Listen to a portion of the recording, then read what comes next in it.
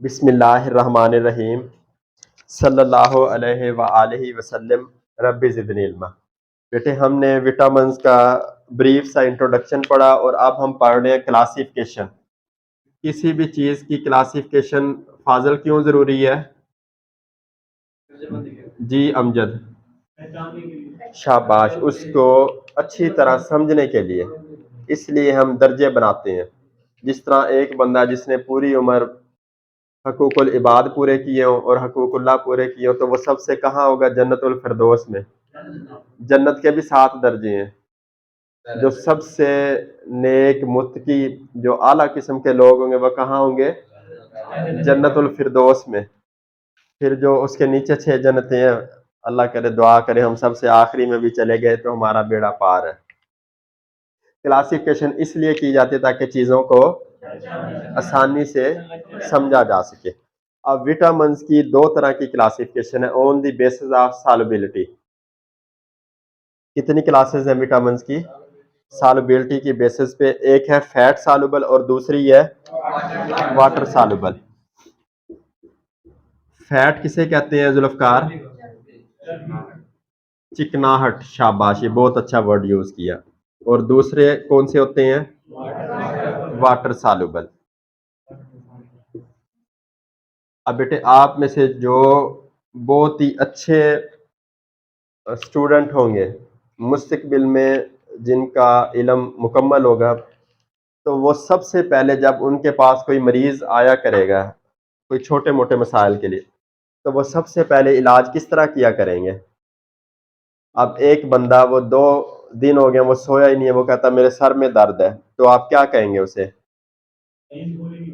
सबसे पहले जो अच्छा मेडिकल फील्ड का प्रोफेशनल होता है वो बताता था कि भाई अपने लाइफ स्टाइल को मॉडिफाई करो। एक आपके पास मरीज आया जो एक टाइम में 10 किलो खाना खाता है, 10 रोटियां खा लेता है और कहता है यार मुझे ना बदहजमी रहती है, पेट में दर्द रहता है, तो आप क्या बताएंगे? रोटी कम करो। भाई अपने लाइफ स्टाइल को मॉडिफाई करो, अपने लाइफ स्टाइल में अपनी बॉडी का जो रूटीन है उसको बेहतर करो। दूसरे नंबर पे जो हमारे अंदर चीजें जा रही हैं उसे ठीक करो, अच्छी चीजें खाओ। अगर उससे भी किसी बंदे का इलाज नहीं होता, जो पढ़े लिखे आप में से सुलझे हुए मेडिकल फील्ड के लोग निकलेंगे इधर से, तो वो किस चीज से इलाज करेंगे? विटामिन के, क्योंकि इसका कोई भी जिस्म को नुकसान नहीं होता। जब फर्ज करें विटामिन से भी किसी चीज का इलाज ना हुआ तो वो फिर किस चीज पे जाएंगे? मेडिसिन पे, केमिकल्स पे। अब बेटे हम जो विटामिन पढ़ रहे हैं, अब बहुत सारी बीमारियां विटामिन की कमी से हो रही होंगी। तो जब हमें पता चल गया कि एक बंदे की नज़र विटामिन ए की कमी से होती है, एक बंदे की नज़र कमज़ोर, तो हमें क्या चाहिए? बजाय उसके कहें भाईजान आप ये 10 नंबर के शीशा लगवाने के विटामिन ए खाओ, तो उससे क्या होगा? जो नज़र उसकी गिरती जा रही है क्या हो जाएगी? उधर ही रुक जाएगी। अब एक बंदा जिस तरह मेरी तरह उसकी टींड निकलती आ रही हो, तो बालों की ग्रोथ के लिए कौन से विटामिन जरूरी होते हैं या कौन से मिनरल्स? जिंक जरूरी होता है।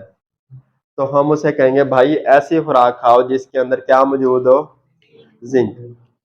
अब हमें पता है जो जिल्द हमारी ग्लो करती है, या कुछ लोग माशाल्लाह लश्कारे मार रहे होती हैं, तो उसके लिए कौन सा मिनरल्स या विटामिन जरूरी होते हैं? आयरन का होना जरूरी होता है। विटामिन सी, जो हम माल्टे का जूस पीते हैं उसके अंदर एस्कॉर्बिक एसिड होता है जिसे विटामिन सी कहा जाता है। तो जिन लोगों में उसकी मिकदार पूरी हो या ज्यादा हो तो उनकी जल्द इस तरह लश्कारे मारती है, खूबसूरत दिखती है। तो जब हमें इन चीजों का पता होगा तो हमारे लिए इलाज करना इंतहाई आसान हो जाएगा। अब हम बेटे क्लासिफिकेशन देख रहे हैं विटामिन की। जो फैट सॉल्युबल विटामिन होंगे, जो चिकनाई में हल होंगे, तो हम मरीज को क्या बताएंगे कि आप इनको किसके साथ लें? दूध वगैरह चिकनाइयों के साथ। जो वाटर सॉल्युबल होंगे तो हम क्या कहेंगे किसके साथ खाओ? अब एक चीज चर्बी में हल होती है, वो हम उसे कहें पानी के साथ लो, तो वो तो हल ही नहीं होगी, उसका फायदा ही नहीं होगा। अब एक चीज पानी में हल होती है, हम उसे दूध के साथ खिला रहे हैं, तो क्या होगा, वो हाल ही नहीं होगी। जब वो हाल ही नहीं होगी, जिस तरह खाई फीसस के थ्रू एक्सक्रीट हो गई। अब बेटे फैट सॉल्युबल इन विटामिन 4 तरह के हैं। आपने एक एब्रीविएशन याद रखना है, ए डेक। क्या याद रखेंगे जुल्फकार, क्या वर्ड है ये, ए डेक। जिस तरह ये डेक नहीं होते जिनमें लोग डांस डूंस करते हैं, वही इसको ज़हन में बिठाने के लिए, ए से मुराद ए, डेक से मुराद एक deck. Vitamin A, vitamin D, vitamin E, vitamin के, ये क्या है। जब अब एक बंदे की नजर कमजोर है, हमें पता है विटामिन ए उसके लिए जरूरी है, तो जब हम उसे विटामिन ए दे रहे हैं तो हम क्या कहेंगे भाईजान, इसे किसके साथ आपने लेना है, दूध के साथ। विटामिन डी हड्डियों की ताकत के लिए बहुत जरूरी होता है, इसके टीके वगैरह आते हैं, वो पिए जाते हैं या गोश्त में लगते हैं। विटामिन D3, डी की गोलियां भी होती हैं, तो उसे किसके साथ देना चाहिए, विटामिन ई। ये ताकत के लिए, बाल वगैरह नाखूनों के लिए बहुत जरूरी होता है।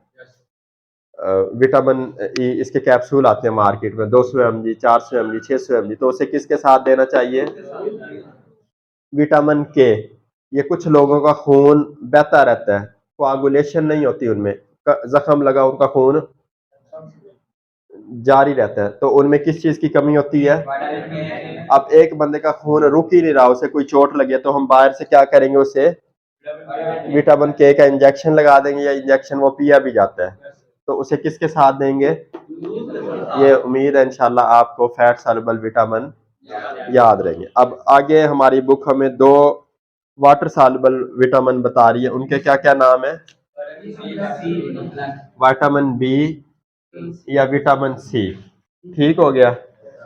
और बी को कम्प्लेक्स भी कहा जाता है, विटामिन बी या बी कम्प्लेक्स, इसमें बहुत सारे फर्दर विटामिन हैं, ठीक है, इसलिए इन्हें कम्प्लेक्स का। और विटामिन सी, ये एस्कॉर्बिक एसिड जो माल्टे के जूस में होता है या जो खट्टी चीजें होती हैं इनमें होता है, इसलिए कुदरती तौर पे जो फीमेल्स होती हैं इनकी रगबत खट्टी चीजों की तरफ होती है। खट्टी चीजों में क्या होता है, विटामिन सी खाने से, इसलिए जो मेल हजरात होते हैं उनकी जिल्द मेरी तरह खराब सी होती है कुदरती तौर पे। और जो फीमेल होती हैं, क्योंकि वो खट्टी चीजें ज्यादा अल्लाह की तरफ से पसंद करती हैं, उनकी फितरत में है, तो उनकी जिल्द मर्दों की जिल्द की निस्बत बहुत अच्छी होती है, ठीक हो गया। अब बेटे जो हमने वाटर सॉल्युबल विटामिन देखे हैं, इनकी फर्दर 2 तरह की classification on the basis of heat stability. अब इसमें हम देखेंगे कुछ ऐसे होंगे जो हीट स्टेबल होंगे। जुल्फकार, वाटर सॉल्युबल विटामिन की आगे कितनी क्लासेस हैं, 2। कौन कौन सी, एक होते हैं थर्मोलिबाइल, जो यानी हीट में स्टेबल नहीं होते, और दूसरे थर्मो स्टेबल। इसका पढ़ने का हमें क्या फायदा होगा कि जो थर्मोलिबाइल है, तो उन्हें हमें पता है कि जैसे इन्हें हीट करेंगे तो ये डी नेचर हो जाएंगे, इनका फायदा ही नहीं आएगा, तो हम उन्हें क्या करेंगे, ठंडे माहौल में रखेंगे, फ्रिज वगैरह में रखेंगे अगर दवाई भी लेंगे। और जो थर्मोस्टेबल है उनकी कोई परेशानी नहीं है, वो क्योंकि हीट में स्टेबल है। अब थर्मोलिबाइल विटामिन, इनमें कौन कौन से हैं, विटामिन B1 और B3। कौन कौन से जुल्फकार विटामिन है इसमें,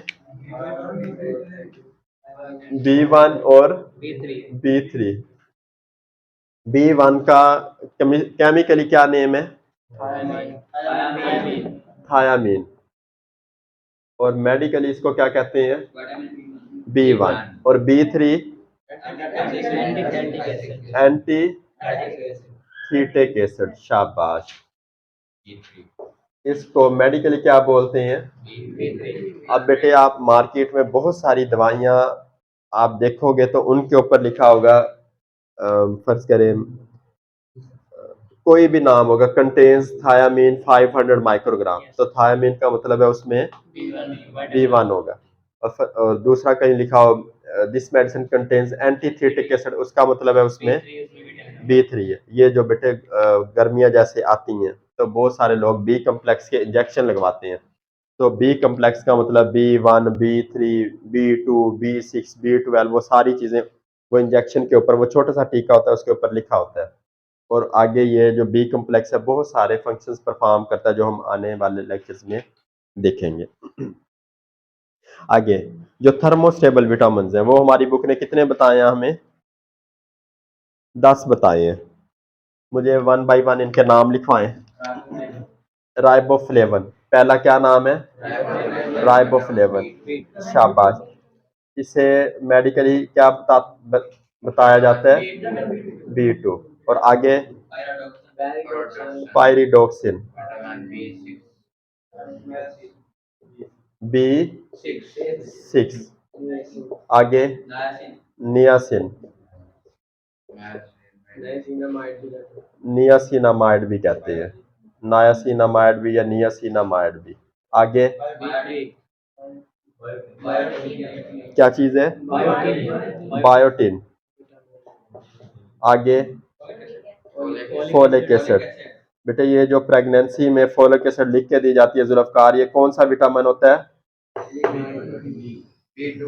थर्मोस्टेबल विटामिन होते हैं। बेटे ये B2 तो हमने पढ़ लिया, ये सिर्फ विटामिन है जो थर्मोस्टेबल है, ठीक है। आगे कोबालामिन, ये बहुत ज्यादा मार्केट में चलता है। B12, ये आम जो लगवाते नहीं ताकत का टीका, बहुत मशहूर है, वो उसमें B12 होता है, ठीक हो गया। इसकी गोलियां भी खाई जाती हैं, मीकोबालामिन, शाबाश, 500 माइक्रोग्राम में। आगे कोलिन हो गया। और आगे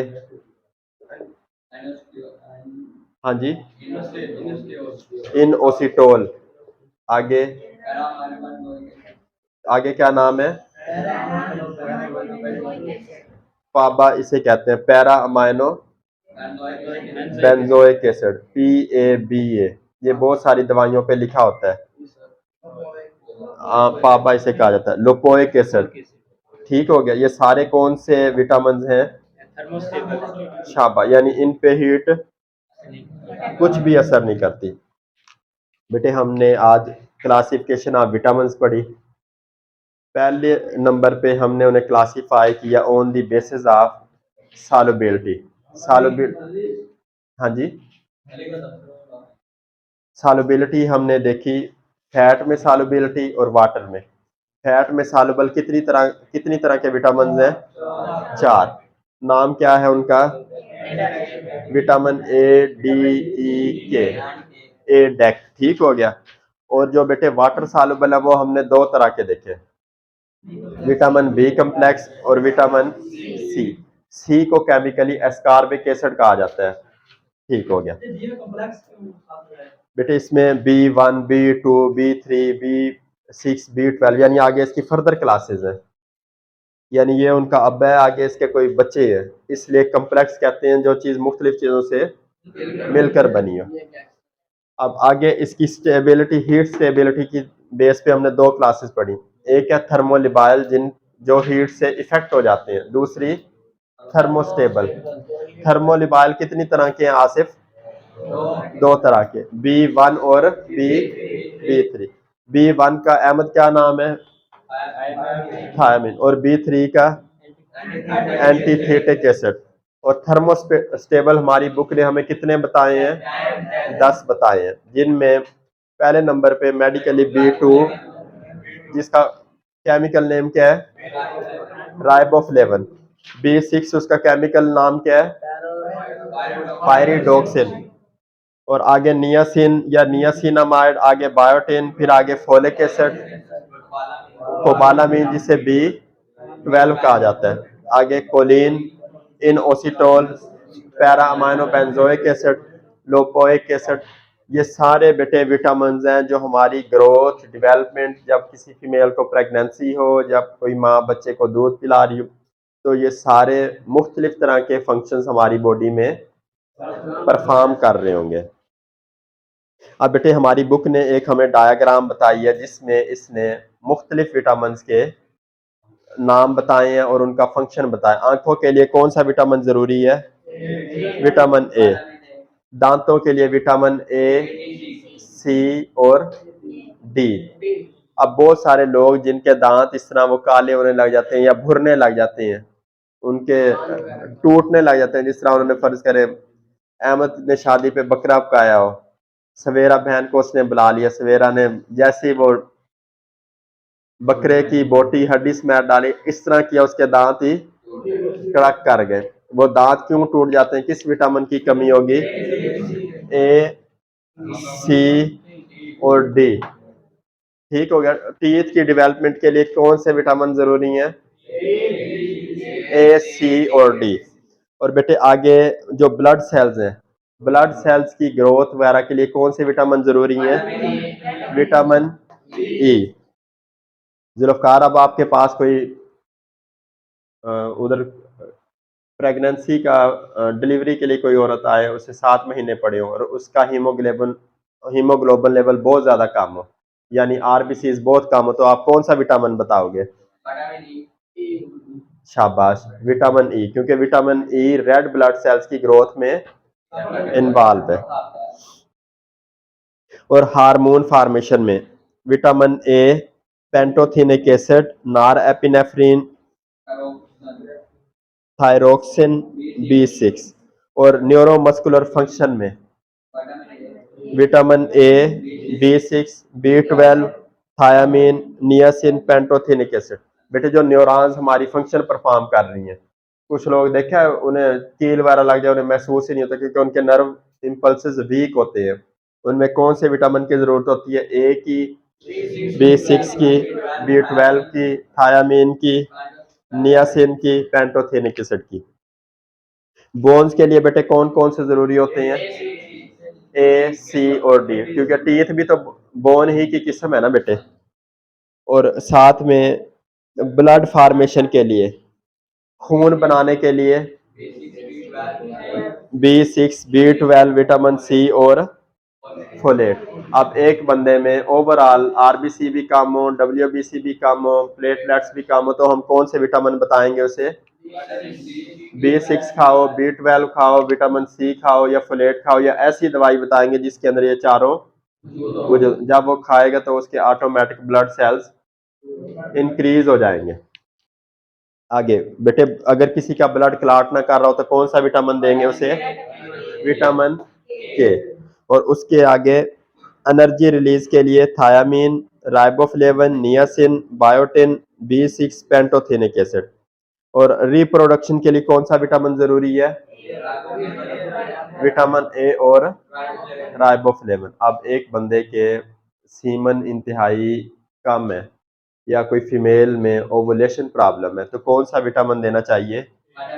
विटामिन ए और विटामिन B2। इसका कॉम्बिनेशन अगर मार्केट में मौजूद हो या सुबह के टाइम उसे विटामिन ए खा लेना चाहिए, शाम में विटामिन B2। और बेटे आगे स्किन के लिए, जिल्द की अच्छी ग्रोथ के लिए या उसकी ग्लेयर के लिए, यानी चमकने के लिए vitamin A, vitamin C, vitamin B6, niacin, riboflavin, pantothenic acid. ठीक है, ये याद रहेगा आपको। चलो इंशाल्लाह बेटे बंद करो। इसमें कोई सवाल हो आपका?